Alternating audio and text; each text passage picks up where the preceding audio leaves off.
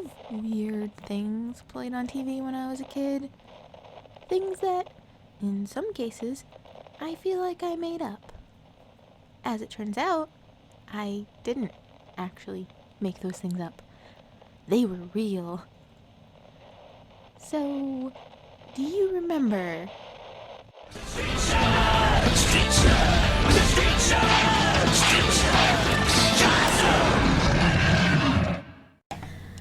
I legitimately thought that I had hallucinated this show. The concept sounds more like something I would text my friends at 3 o'clock in the morning after 2 nights of not being able to sleep. It was an actual show, though. It was produced by DIC Entertainment and aired between 1994 and 1997. Now, you might have heard of DIC Entertainment before. I mentioned them in my Saint Seiya video because they did the original English dub of Saint Seiya, Knights of the Zodiac. They're also most infamously known for the original English dub of Sailor Moon. That, plus the fact that the Street Sharks are obviously just a ripoff of the Teenage Mutant Ninja Turtles, didn't give me a lot of hope going into this. In the early 90s, the Teenage Mutant Ninja Turtles were the hottest ticket in town. The Ninja Turtles started as a series of graphic novels that were surprisingly dark compared to the Turtles that we know of today.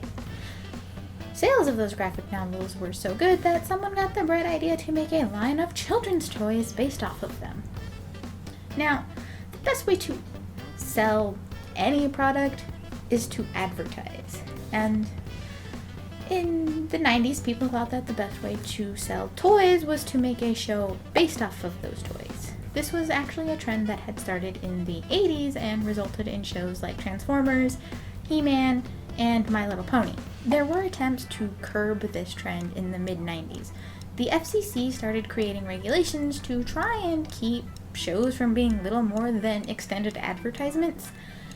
How successful these regulations have been over the years is debatable.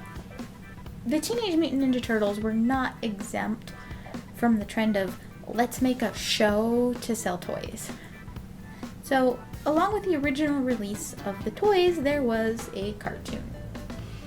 The cartoon became immensely popular, and the toys started flying off the shelves. This is where we enter the era of Turtlemania. The show got renewed for a few seasons, and there was even 2 live-action movies before popularity started to wane. Around the mid-90s, the Ninja Turtles had started becoming less popular. The fever had died down, but there were still plenty of people trying to make money off of them. With the Turtles no longer at the top, there was a void to be filled. A void that someone thought could be filled with sharks. Street Sharks is obviously an attempt to make a show and toy line as popular as the Ninja Turtles. The Turtles were anthropomorphic crime fighters, the Sharks are anthropomorphic crime fighters. The Turtles were brothers and the Sharks were brothers. The Turtles had a signature favorite food, and the Sharks had a signature favorite food. The Ninja Turtles love pizza. It's been a gimmick in every version since the original cartoon, but the Street Sharks didn't love pizza. In fact, they couldn't. That would make the fact that they are a blatant ripoff of the Ninja Turtles far too obvious.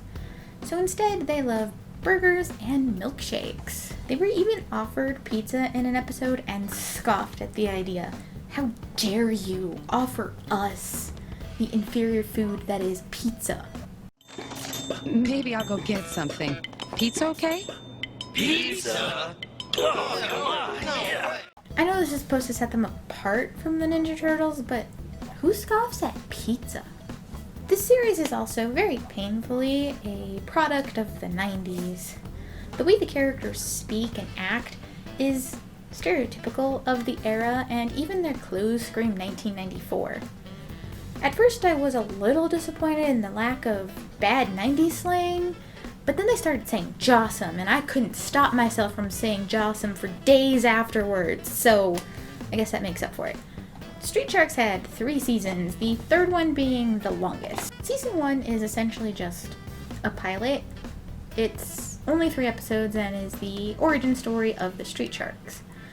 We meet the 4 Bolton boys as they're just living their lives, and their father is some sort of scientist who worked out of the local university.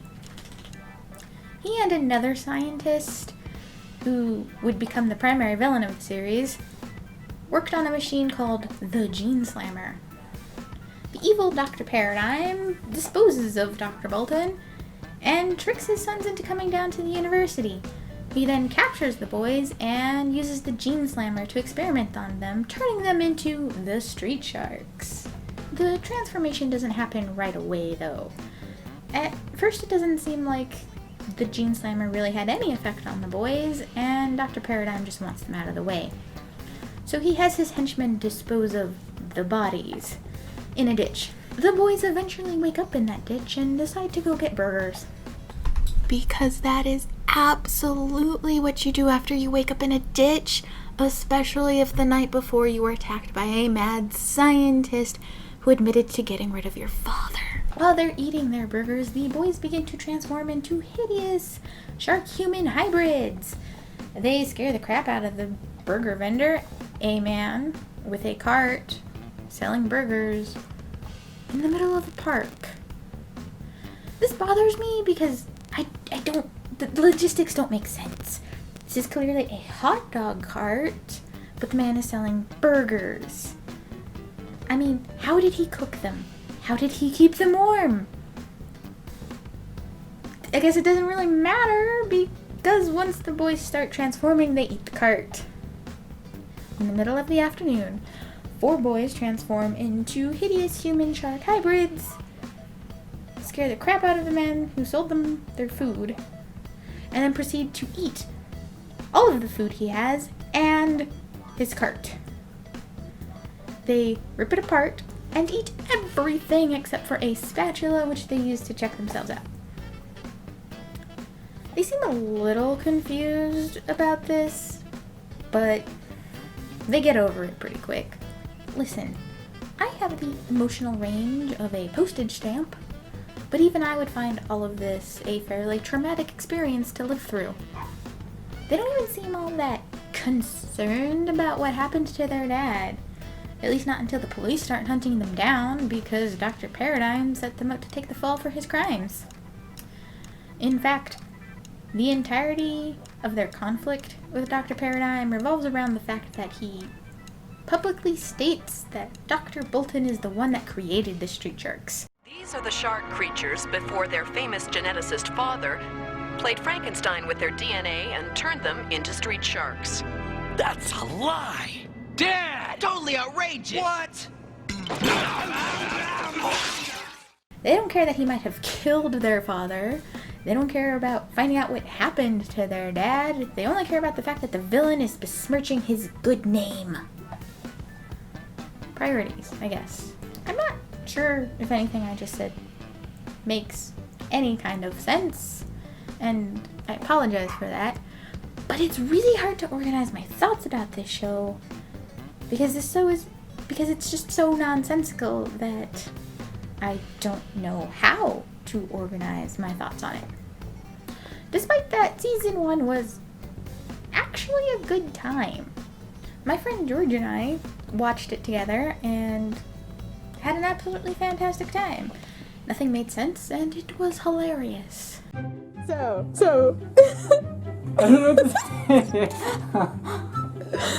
But it's very Canadian. It tries to be American, but it's very Canadian because Hockey just randomly finds like a bent pole and it's whoa, yeah, slap shot. Like, And it is like actually bent like a hockey stick. it He literally finds is. He random finds it shit. randomly in several different places. He never takes it with him, but it's always there when he needs it, and that's important.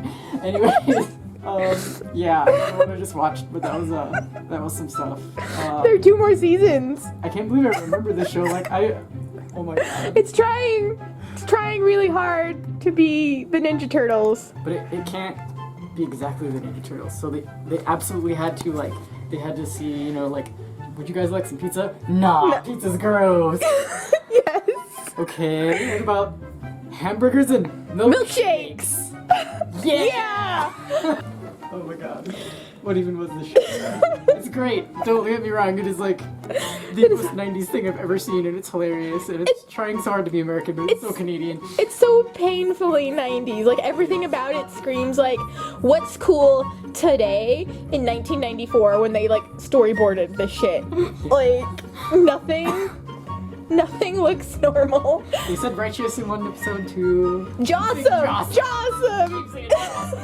Yeah.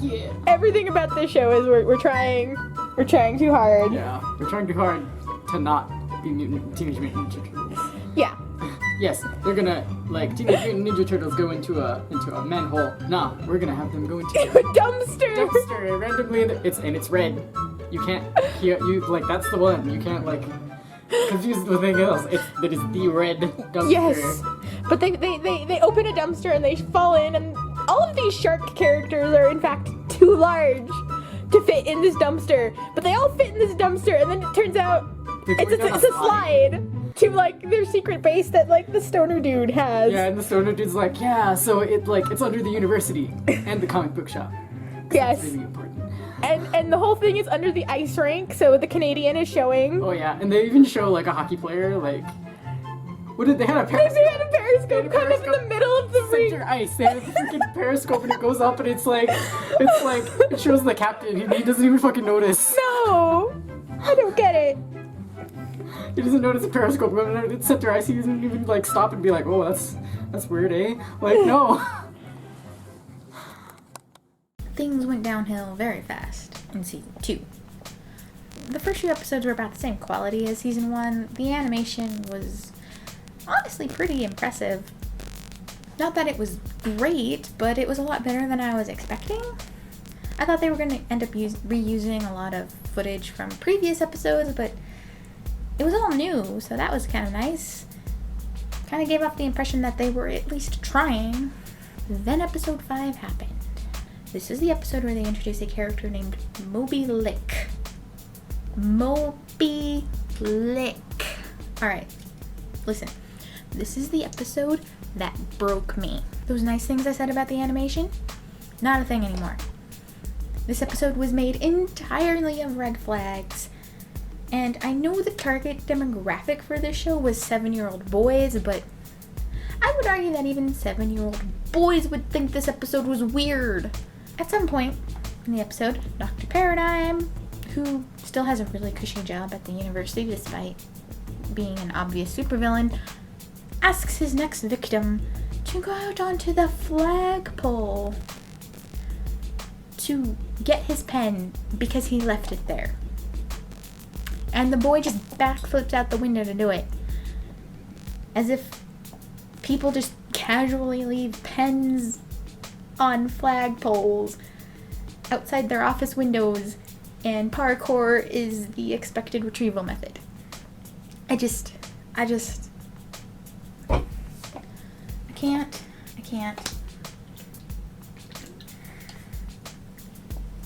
So this kid gets turned into Moby Lick, a killer whale human hybrid, and he gets brainwashed into being evil by Dr. Paradigm. His superpower is that he has a prehensile tongue, like Venom, which is why they call him Moby Lick. Then, once he snaps out of Dr. Paradigm's control, he becomes friends with the street sharks, and they call him the Lickster, which I hate so much. The rest of season 2 is actually worse than the Moby Lick episode as far as quality goes. I almost didn't make it to the end, but I did. You're welcome. On to season 3, which has a drastic shift in tone. Up until this point, Dr. Paradigm's main goal was to turn the city into Seviots, the evil version of the street sharks. So every episode has him coming up with a plan to do this that then gets foiled by the street sharks. In season 3, he gives up on that entirely and invents a time machine. That's right. He invents a time machine, and all of the episodes are suddenly about time travel. Yay! So, the animation in this season gets a little better. It's not as good as the first season, but it's not nearly as bad as the second half of season 2. But at this point, the stories are so incoherent that they're not even funny. I couldn't even tell you what some of the episodes were about without looking at the Wikipedia descriptions of them. Those descriptions were, at this point, more interesting than the actual show. This season also introduced a character named Shrimp Louie, and the second they said his name, I lost it. That was the last straw. I was done. This character haunts me. George was still watching the show with me at this point, and sometimes when I see him now, I just stare him dead in the eye and just Shrimp Louie. And I have myself an existential crisis. I will go on for 10 minutes about Shrimp Louie. I will never be over it. And I had to stop.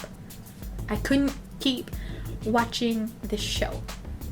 And up until this point, regardless of how bored and frustrated I was determined to finish the series because there is a spin-off series called Extreme Dinosaurs, and I love dinosaurs.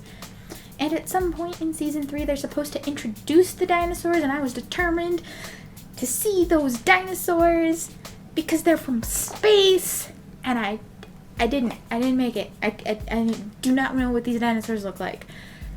I unfortunately only made it to episode 3 of this season, which is nowhere near those dinosaurs, and I just couldn't do it. I couldn't do Shrimp Louie. Despite the fact that I will spend the rest of my life being tormented by Shrimp Louie, there's really not much to his character. There's really not much to any of the characters. Arguably, the Street Sharks are the most developed characters, but they're still pretty one-dimensional. We have Ripster, who is the leader and the smart one. We have Streaks, who is the cool guy. We have Jab, who is more of a tough guy, and then there's Big Slamu, who I guess is the Team Himbo. The Sharks also have 2 sidekicks, Benz and Lena, and let me tell you, Lena is the only character worth any of your time. She has the most personality, and I was relieved that she was not overtly sexualized. Don't get me wrong, she is still the token hot girl, but she actually serves a purpose. She actually does things to move what little plot there is along, and given the fact that this is 1994, I was expecting a lot worse. You know, something more along the lines of Allura from the original Voltron, or April from Teenage Mutant Ninja Turtles. This is the era of TV shows where there's usually only one woman in the entire series, and she's almost always in some sort of skin-tight bodysuit, and is there to be saved from literally everything by the dude. In the first season of Street Sharks, Lena actually saves the boys from Dr. Paradigm. That was sort of mind-boggling, and she was instantly my favorite character. She's even a woman of color, which I thought was nice. I mean, her character is far from perfect, but there's a surprising number of steps in the right direction for a 90s cash grab. Unfortunately, she shows up less and less as the series progresses, which was disappointing, but not a surprise. This series couldn't have a character with actual personality because it would upstage the generic protagonists. The Street Sharks' lack of personality isn't the only disappointment the show offers. The character designs are also pretty lackluster. The second you see Dr. Paradigm, you know he's gonna be evil, and he even cosplays Mysterio at some point. And I know technically he's not actually cosplaying Mysterio, but you cannot deny that this outfit makes him look like Mysterio from the 90s Spider-Man cartoon.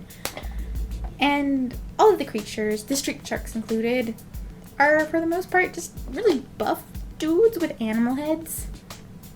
Like, the shark idea was great and could have been really unique, but it was just executed really poorly. Except for Calamari. His design was unique, but not in a good way. He's got suckers all over his body, including his butt, that shoot out poisonous missiles, which I have not seen anywhere before or since. And, kind of happy about that. Overall, I'm clearly not a fan of Street Sharks. It was not a good show and failed to have any sort of impact on the youth it was marketed towards. Granted, this series was never meant to be a good show, it was meant to be a good commercial. So, was Street Sharks a good commercial? Honestly, I don't think so. No one I know actually remembers the show, and if they had the toys as a kid, it was just because someone got them a toy that looked cool and was completely unrelated to the fact that the show existed. Which personally makes me feel like it didn't serve its purpose as a commercial particularly well. Although the toys seem to have been reasonably popular. I can't find exact sales numbers, so I can't say how popular they were. But everyone I talked to about Street Sharks remembered the toys. They didn't remember anything about the show, but they remember having Street Sharks toys. Usually the cars. My buddy George was super excited when he saw one of the toys he played with as a kid on the screen. In fact, he was so excited that he started looking up eBay listings to see if he could find this toy. Let me tell you, those things are not cheap. Based on the kind of eBay listings we found, it seems like Street Sharks toys are actually pretty collectible. Probably because Street Sharks didn't have a long run, and so there's not a lot of the toys floating around out there.